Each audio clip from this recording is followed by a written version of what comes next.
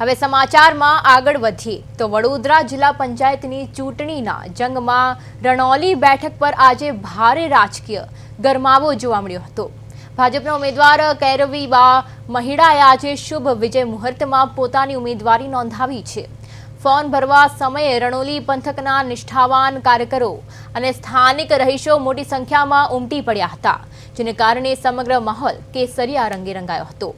ઉમેદવારી નોંધાવ્યા બાદ કૈરવીબા મહિડાએ કાર્યકરોને આભાર માનતા જણાવ્યું હતું કે રણૌલી વિસ્તારમાં ભાજપની પકડ વર્ષોથી મજબૂત રહી છે અને આ વખતે પણ જનતાના આશીર્વાદથી ભવ્ય વિજય થશે। તેમણે વિસ્તારના વિકાસ કામોને વધુ ગતિ આપવાની નેમ પણ વ્યક્ત કરી હતી। બીજી તરફ કાર્યકરોએ ફૂલહાર અને સૂત્રોચ્ચાર સાથે પોતાના ઉમેદવારને સમર્થન આપી ચૂંટણી મેદાનમાં જોરશોરથી પ્રચાર કરવાની તૈયારી શરૂ કરી છે। જે પણ કામો જે જનતાના વિકાસને લગતા હશે, જે જનતાને જરૂરી લાગતા હશે કે જે જનતા માટે જરૂરી છે, એ દરેક કાર્ય પૂર્ણ કરવાની હું બાંહેધરી આપું છું। ખાસ આ વખતે કારણ કે નવી જ બોડી કે નવાઓને ચાન્સ તક મળ્યો છે, તેમની સાથે પણ તાલમેલ રાખવો પડશે, અધિકારીઓ સાથે પણ તાલમેલ રાખવો પડશે।